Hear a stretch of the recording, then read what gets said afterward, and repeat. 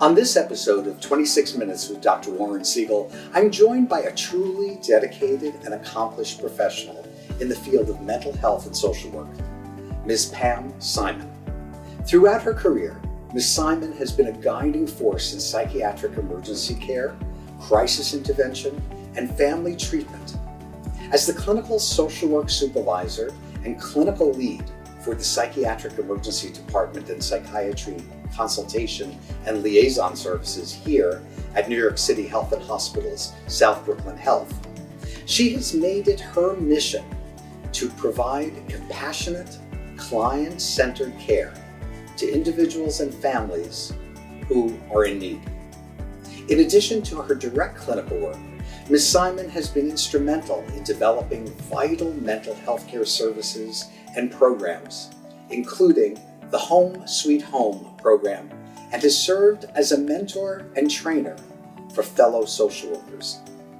Her extensive experience in palliative care and grief counseling highlights her deep commitment to supporting individuals through life's most difficult moments. Today, she joins us to discuss a topic that affects all of us: dealing with stress in a very stressful world. As we navigate an era of constant challenges and pressures, Ms. Simon will share her thoughts and her expertise on managing stress, building resilience, and prioritizing mental health and well-being. May I call you Pam? Yes. I am so thrilled and just so honored that you could make time to be on the show today. Thank you so much for inviting me. I am honored for that. Thanks for being here. So let's find out a little bit about you. Where are you from? How did you decide to do what you're doing? And what specifically are you doing here at South Brooklyn Health? From Brooklyn. I've probably been acting as a social worker since at least age 5.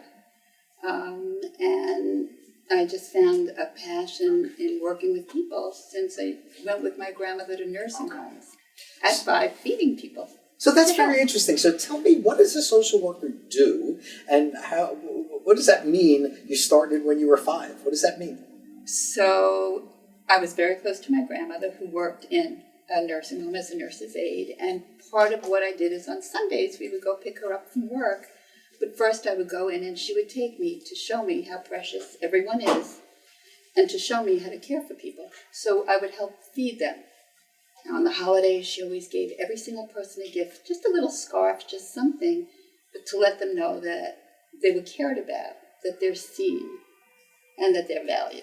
And that value, that concept stayed with me throughout my life. Well, that's an incredible role model. Yep. So you decided to be a social worker. Tell me a little bit about what kind of training do you need to become a social worker? So I obviously went to college. I have a bachelor's specific to social work from Adelphi University. They had a specialized program. But even before that, I went to an associate's school. And over there, I was a community mental health, major. And we went to the community, and I wanted to see if this is what I wanted. And I did, and I loved it. And before that, in high school, I actually volunteered here. At the time, we were Coney Island Hospital in social service. And there I continued to develop a passion and just this strong tie to people and to seeing what problems, what stressors, what issues they had in life, how I could maybe make their lives a little bit better. And in return, they actually made my life better. A great example of how when we give, we get so much more. And we'll talk a little bit about that later. But obviously, you have seen and been around for quite a while. Mm-hmm. And you've been a very valued member of our staff here. But my guess is the stressors have changed significantly since you started here, or have we always had the stressors we're dealing with today? I think there's always been stressors. I think the supports have changed over the years. So the stressors are more intense. The struggles, the losses, the fights, they've always been there. We had more support in in the community, in our families. People were around more. So maybe it wasn't as intense as it is now.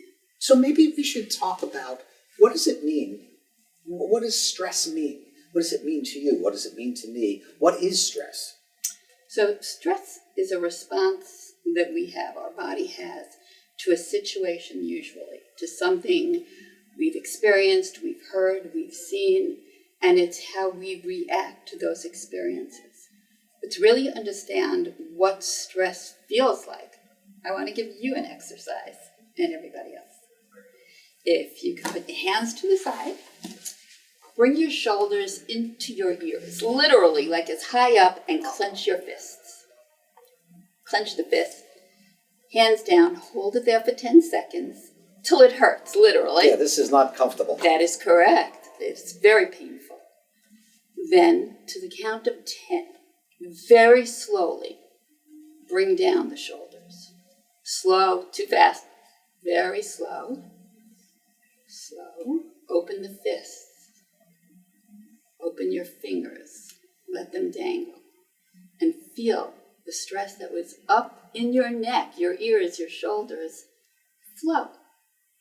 And be aware, be mindful of the difference of how it feels when your shoulders were so clenched, your fists were clenched, and how painful that is, and what a relief when that stress is gone. Well, what a great example. When you said slowly, I didn't want to do this slowly. Yeah. I wanted to get rid of it as quickly as possible. It was painful. Yes. It was painful. Really I felt it in my neck. I'm not making this up. I felt it in my neck. I felt it in my shoulders. I even actually felt it in my back. Yes, 100%. So what causes all this stress? Well, everything around us. The stress can be caused, like I said, it could be things that we see. It could be family issues, financial issues. It could be inequality at the workplace. It could be, loss of employment, loss of family.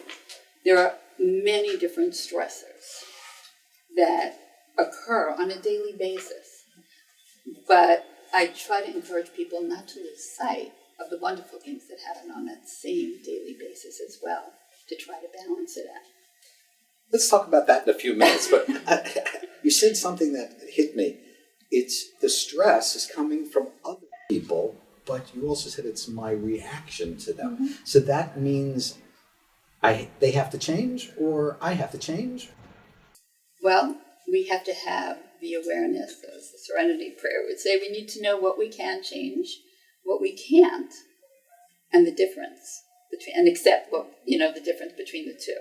And if there's a situation that we can change, then we need to make that change in the environment.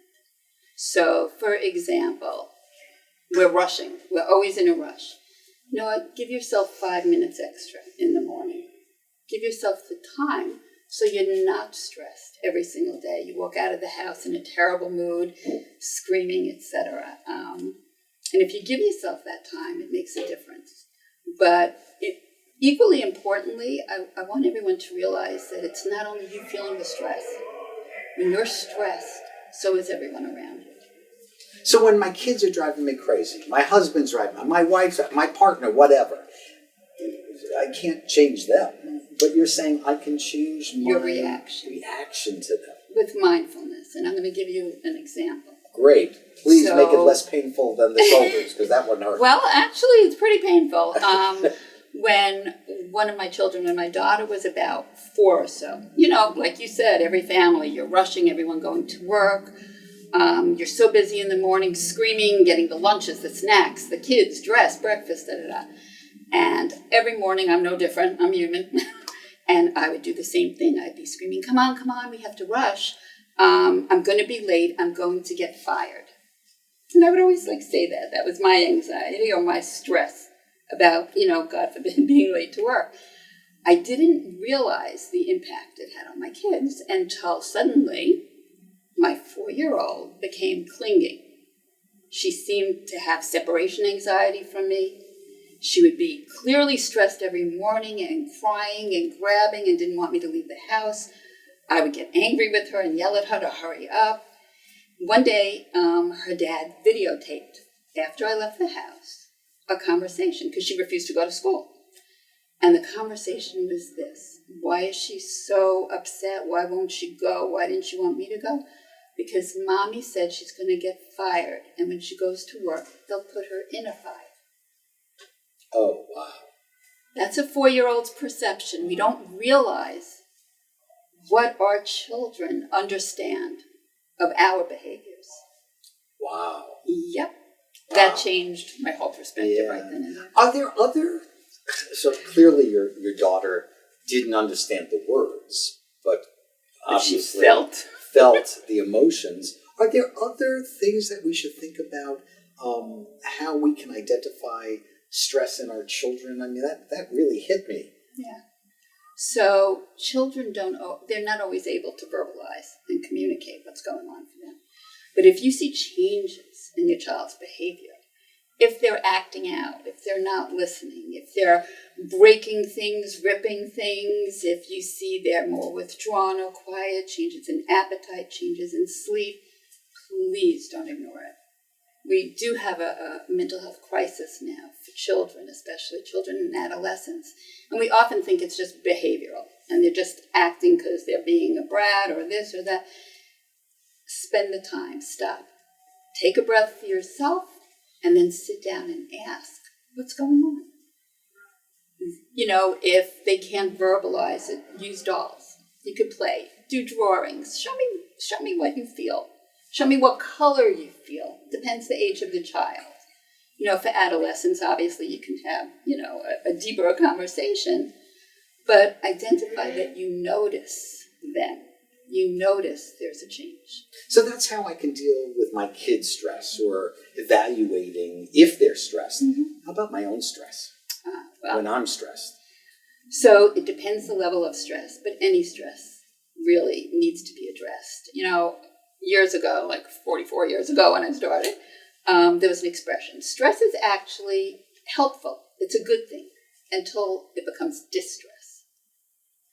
Wait, say that again. Stress is actually... It's a positive thing. Positive until it becomes distress. Oh, I love that. Yeah, that's really good. That kind of stuck with me, obviously. Yeah. And it's really true. Stress can motivate us. It makes us work harder, do better. It can really be a positive force in our lives until it becomes distress. When we begin to feel the fatigue or anger, when we're apathetic or we don't want to go somewhere, when we begin to get nervous about things, when we are able to be mindful enough to see the changes in ourselves, the stress needs to be addressed. And how we address it depends on how severe the stress is. Well, that's fabulous. You know, I'm thinking of being in school and having a test the next morning. I have a terrible test phobia, even today. And the stress of having to sit down and study was helpful to a point because it made me study, but the worrying about failing became distress. That's really, I love that. I love that way of thinking. So I guess we could use that in all of our lives, adults as well. It's the same thing at work, same thing with our partners and our families. At what point should people see a professional? So if you've tried all other measures to manage your stress, and I mean go for walks, begin to exercise, for sure watch diet, because nutrition is very important and a big piece contributing to stressors these days. If you like a warm bath, if you have a pet, just sitting and just being with the pet, sitting and being with yourself, mindful, being in the moment, using things like imagery to relax. What do you mean by imagery? It's an old term back in the 70s and 80s, I guess, early 80s. So for me, if I'm stressed, like before I came in here, so you sit down, close your eyes. What's an image that's relaxing for you? So I had a few, three in particular throughout my life, but the one that today got used was imagine the blue sky. Everything blue, cool and crisp, green trees, the sound of a babbling brook or stream, and I'm sitting by that stream with my feet in the cool water. As the water rushes over my feet, as my eyes were closed and I listened to the rustling of the leaves from the trees, just from the cool breeze. That's just imagery. That's imagery. That's interesting. I love the beach. And when I have a really bad day, I just take this mental 5-minute break and I think of myself taking a walk on the beach. I didn't realize that was a treatment. Yeah. So it doesn't cost anything. Nope. I don't have to talk to anybody. I can do this all on my own. Mm-hmm. Huh. But don't be afraid to ask someone if you do need help. So how do I know if I need help, if that's not working anymore? So if it isn't working enough and you're still feeling that kind of tension and anger, and it's affecting your relationships, and it's affecting your ability to function every day, and how you relate to your partners, your children, your friends, your coworkers, then it might be time to seek professional help. So professional help is a pretty broad term. Okay, a friend could be help up to a point.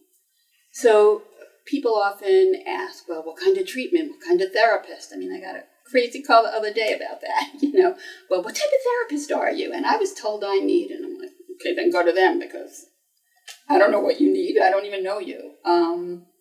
So it's important to be aware of yourself and what you need and what you're looking for. A friend of mine once said, finding the right therapist and the right treatment is like going shoe shopping. You might have to try on a few pairs before you actually get a pair that really fits. And that relationship is equally as important as the right type of treatment, because if you don't like your therapist, the treatment won't work. So treatment for stress isn't always medication? No.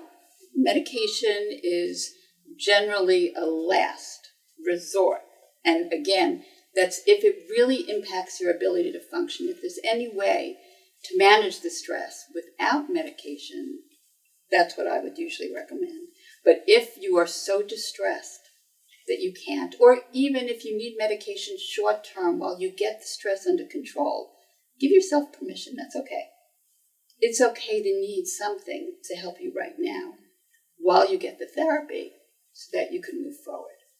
So correct me if I'm wrong, but it just feels to me like I'm bombarded with negative things so often, whether it's on television, on the internet. I'm hearing about wildfires, tornadoes, people dying in horrible tragedies. And how do we keep that from having a negative effect on our lives? So limit screen time. That's number one for adults and children. Overall, I mean, if you know the news distresses you, because it distresses me, limit how often you're watching the news, in all honesty. Because definitely not before bed. Because if it'll keep you up at night, you're creating a stressor that's not necessary. Like I said before, some things are in our control, some things are not. And I am a very spiritual person. And we don't understand reasons for a lot of what happens in this world, okay? But I have to give it over and believe that whatever power there is above, that they have things in control. I don't need to always have control over everything. And I can give it over and allow myself time to just be in the moment, be with yourself, be with your loved ones, and know somebody else will take care of you. So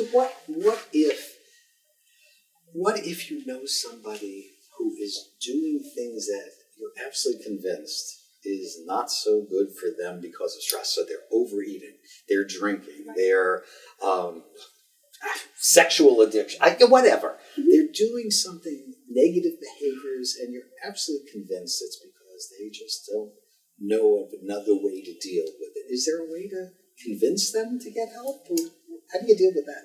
So, I mean, it's difficult for me because every time I try to assist someone, I'm told, oh, well, you're a therapist, so you're just being a therapist. But no, I'm being me. And as you see, this is me my whole life. And very often I'll say things like, wow, it's good to know I'm not the only one that's feeling stressed or that's upset about this or who can't sleep because of this. At a certain point, I needed to speak to somebody. Sometimes a person can't face it for themselves.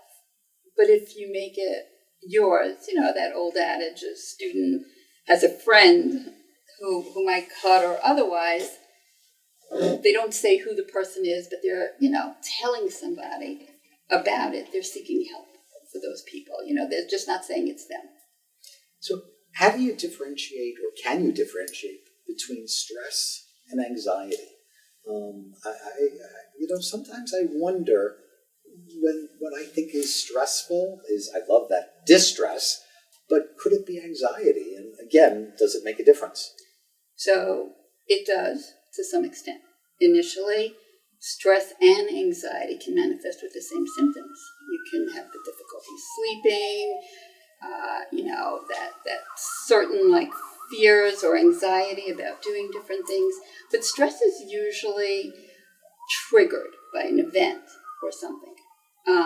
Anxiety is more, it's this impending doom, this feeling that there's always something going on that's creating a problem, that you can't continue, that it's often, not always, an irrational fear. To me, the anxiety is like the fear of the unknown, which we all have, but anxiety is crippling, and I do not minimize it at all.